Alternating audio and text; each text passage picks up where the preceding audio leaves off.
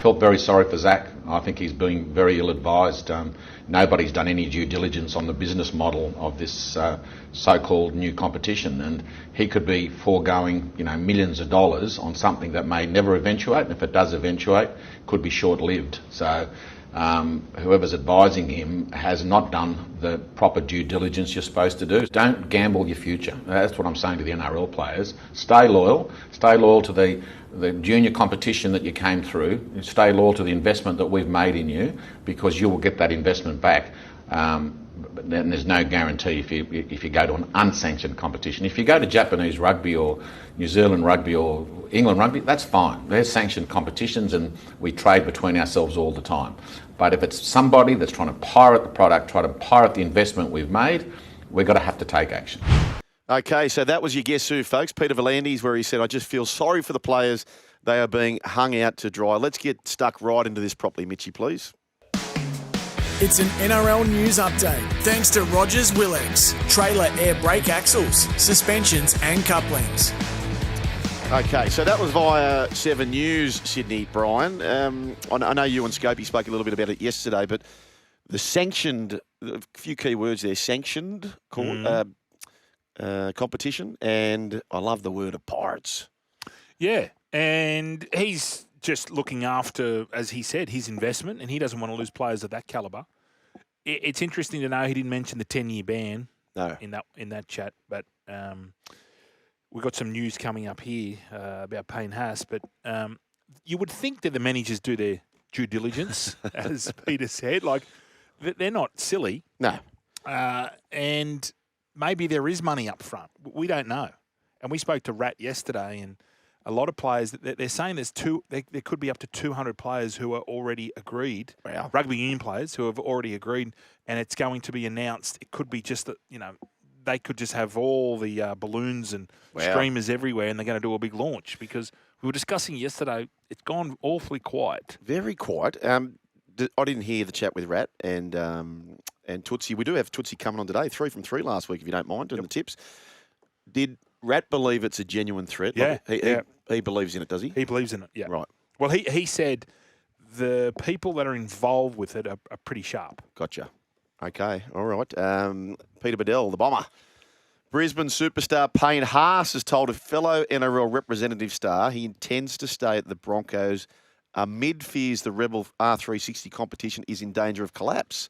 Code Sports understands Haas holds some concerns about the potential viability of R360 and is mindful of the 10-year ban that will be imposed if he signs with the unsanctioned league. What makes it a sanctioned league, by the way? Well, if it is already up and running, maybe. Who sanctions it? Yeah, who's the sanctioner? Well, there are no bodies at the moment. Like, there's not the International Rugby Federation or the International Rugby League Foundation. They're just going out and doing their own thing. Unsanctioned. Was Liv sanctioned? No. No. No. And when do you become sanctioned? Well-placed sources say even R360 insiders now have genuine reservations as to whether it has the fiscal bedrock to get off the ground. I know we laugh about the 10-year thing, and like you, Brian, I don't think that would hold up, and I don't think we'll see it ever happen. But if what Peter Bedell is writing is true and he does his research, it is playing a part in the decision-making, according to this article anyway. Yeah. I mean, if you get $1 million up front, could you double dip? Yep. Could you say, righto, well... Oh, yeah, then you're cheering for it to fail. Yeah. So here, I'll sign, but if this falls over, I'm out. The other thing too, so the Major League Rugby in the USA has emerged as a potential hit-and-run home for Papenhuyzen and Lomax. Brent Reid through the Daily Telegraph. And I heard Carianis talking about this morning with Jimmy. What, playing rugby over in the States? Yes. Tell. Major League Rugby fans from February until June, that's when it runs. R360 is due to kick off its inaugural season in October next year. And I'm sure we don't even have these details, but my only concern with that is it is rugby league or rugby. It's tough stuff. Like, if you got injured in one of those warm-up comps, would R360 just say, well, ta-da? Well, not if they send you there. Not if they send you there. But all this chat, like, it's gone... Does Joey Manu, like, he'd be a target if I was R360? Yeah. I'd be targeting... maybe he's part of the 200. We don't know, and they're sworn to secrecy. Wow. We don't know what's going on. Yeah, well, it's going to be amazing how this plays out. Would you watch it? Oh, would you watch it, boys? I don't know. Oh, I'm going to be interested. There's no way you're not going to watch. Yeah, I'll give it a shot. Yeah, because if Payne Pappy Haas- goes, yeah, Payne if Haas Payne is Haas there. goes, if all these rugby league players that have defected are going to be there, of course I'm going to give it a shot. I tell you, I think it would be an opportunity time. Like as I say this even about rugby league at times. The dimensions of the field have been the same for over 100 years. These players are fitter, faster, stronger. Particularly rugby where there's 15 aside. Yeah, it's too much. Knock it to 13 aside. Yeah. And have tackles. Yeah, call it rugby league. But I was thinking about when Jared Hayne, I spoke about Jared Hayne twice in two days now. Remember when he went over to America and the interest, so Channel 7 were having on 7 Mate, but the ratings were so good they had to turn it to Channel 7. Yeah. And that was on one player. Yes. So, people would say, I've got no interest in it, but you would. I'd be going to... We would do our show coming in on the Monday all having watched it. Yeah. Won't we? Sure.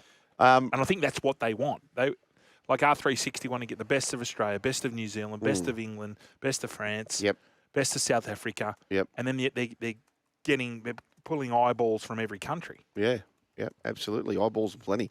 1300 01 1170. Parramatta Eels Chief Executive Jim Sarantinas also confirmed there's a mutual agreement in place for Zac Lomax not to join another NRL club in the next 3 years as his move to R360 eventuates. So that he spoke to Channel 9 about all of that, Jim Sarantinas. So there you go. There's a mutual agreement in place for Zac Lomax not to join another NRL club in the next 3 years as he's moved to R360 eventuates. So therefore, I suppose there would be an option for him to negotiate with Parramatta, but beyond that, he would not be playing with another club. So there you go. If you're Parramatta, what are you spending your $700 on? Do you want another winger, or do you want to use it for Keon? Yeah, I think they'll go down that path, won't they? I think they'll back their outside backs. Bailey, Simonson. Well, he was on the nose. He was on the nose. But maybe he's back in. So they've got Sean Russell, who was playing... Yeah, he's just centre, isn't he? Yep. They've got some good kids coming through. Are they? Yeah. Good outside back kids coming through. Ring in and rip in. And I'm asking Roger Fabri to ring in, Brian. Just a random one. Please, Roger, give us a call. 1300 01 1170 is the way to have your say. Ring in and rip in. You know what? You can rip in now. Roger's there. G'day, Roger.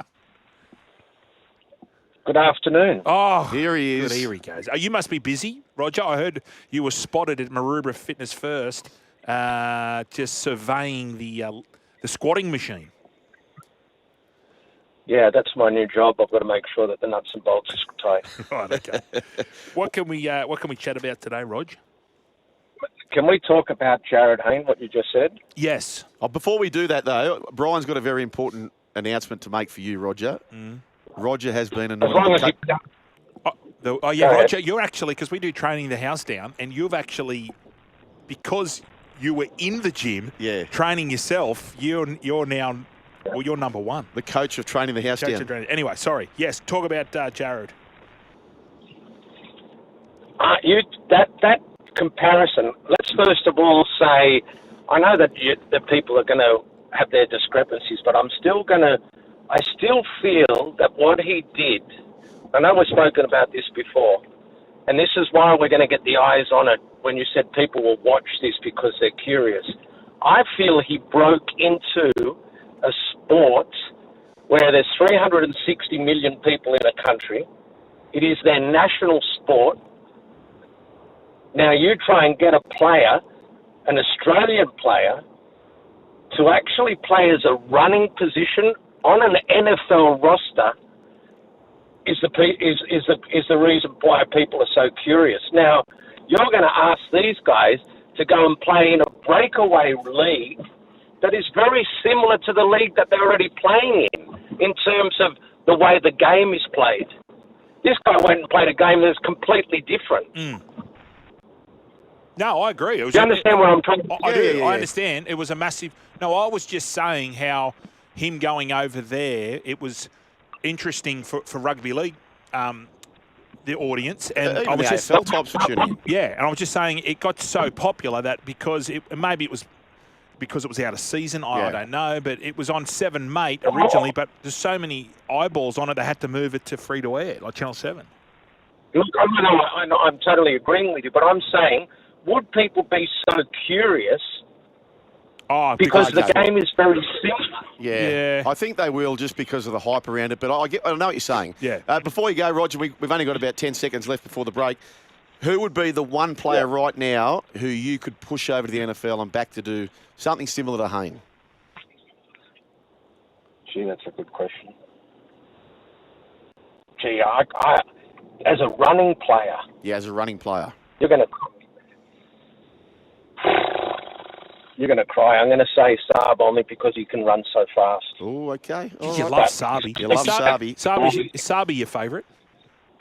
No, but the reason why, because he's got height as well, so he makes himself a good target to throw to. Okay. The problem is, I don't think he's the best catcher of the ball. Oh, Yeah. you said that, not me. We're going to go, Rog. We'll Rog. chat to you later, mate. There's the Rog is coach into of the Train in the House Down team, the run home with Joel and Fletch. About the Eli Katoa situation, folks. So if you're catching up on the news, he's going to miss the entire 2026 season. The reigning Dally M back rower of the year has been forced to step away from the game after suffering a major brain injury in the wake of 3 separate head knocks suffered while playing for Tonga last month.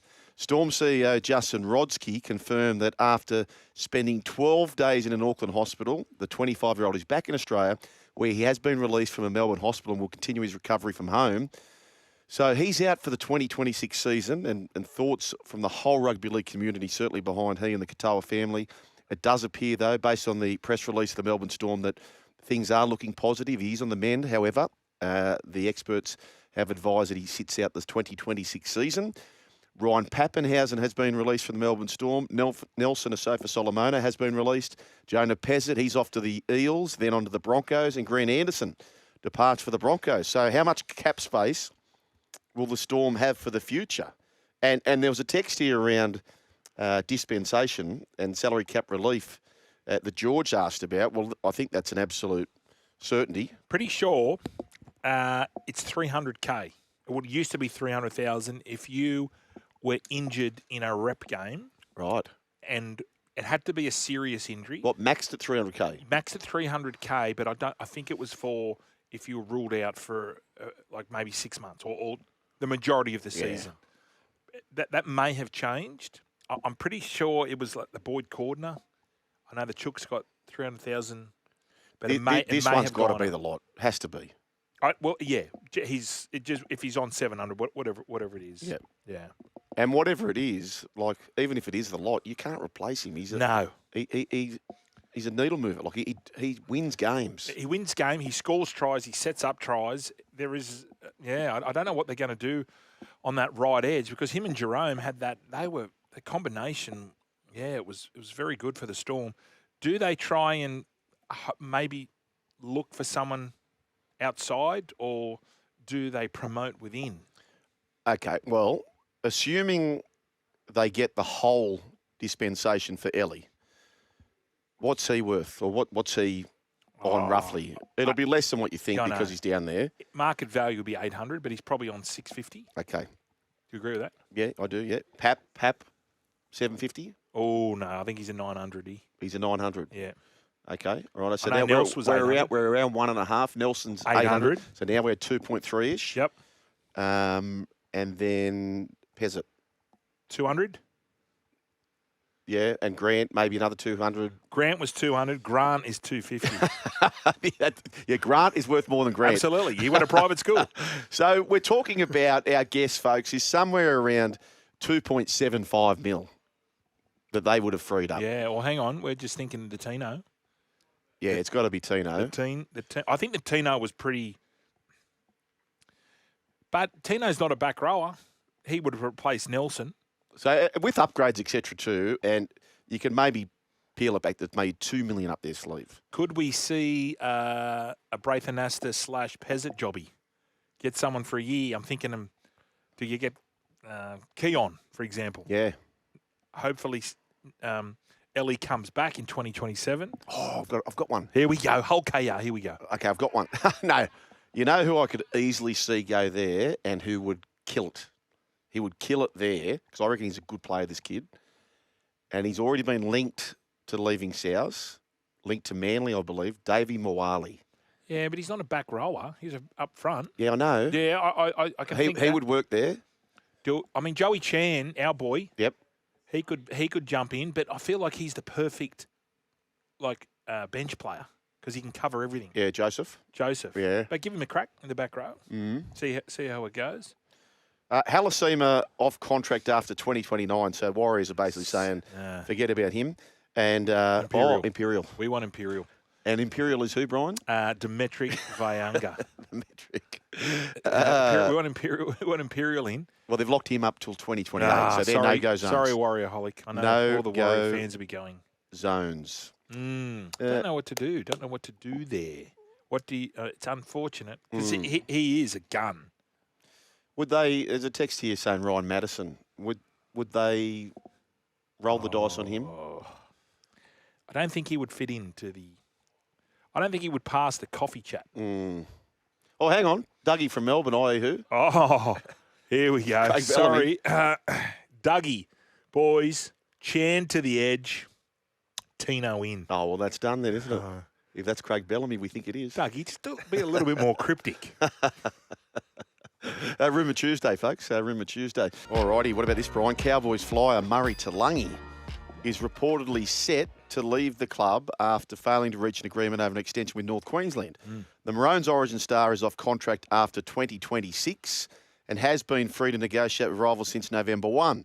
The Daily Telegraph's Brent Reid revealed on X that Taulagi is set to leave the Cowboys. So potential landing spots for Taulagi. Eels, would he go there to replace Lomax? Roosters, of course, Nwanga Nawazi leaves after 2026. Perth Bears, obviously. Warriors with RTS rumoured to depart after 2026 for R360. And, the Dragons, they were sort of shuffling wingers around in 2025. I'm going to say somewhere else. He's got a great connection. Well, I don't know if it's a great connection, but he's been coached by this certain play in the rep area. Okay. They've let go a winger at this certain club. They've let go. They've let go a Melbers is close by. Oh. Well, Josh Hannay, we've had him in Origin. Of course. Our man Pereira's gone. Yep. I love Murray. I just think he needs. Mate, so do I. I think he's a Mickey. Yep, so do I. Like, you know those players that are just silky? A bit like, I used to love watching Christian Inu. Yep. You know those players who just move well? Effortless. Yeah, effortless. Effortless. Well, there you go, folks. I don't know. I'm just throwing that. I like that. I like that. Mate, he's going to be in hot demand because he's a bloody good player. Origin representative, international, yeah. Yep. All righty, let's do this. What are we doing here? Down, up, come on, more energy. It's time to train the house down. If you see someone training the house down, tag us on the socials at Joel Fletch SEN and use the hashtag TTHD.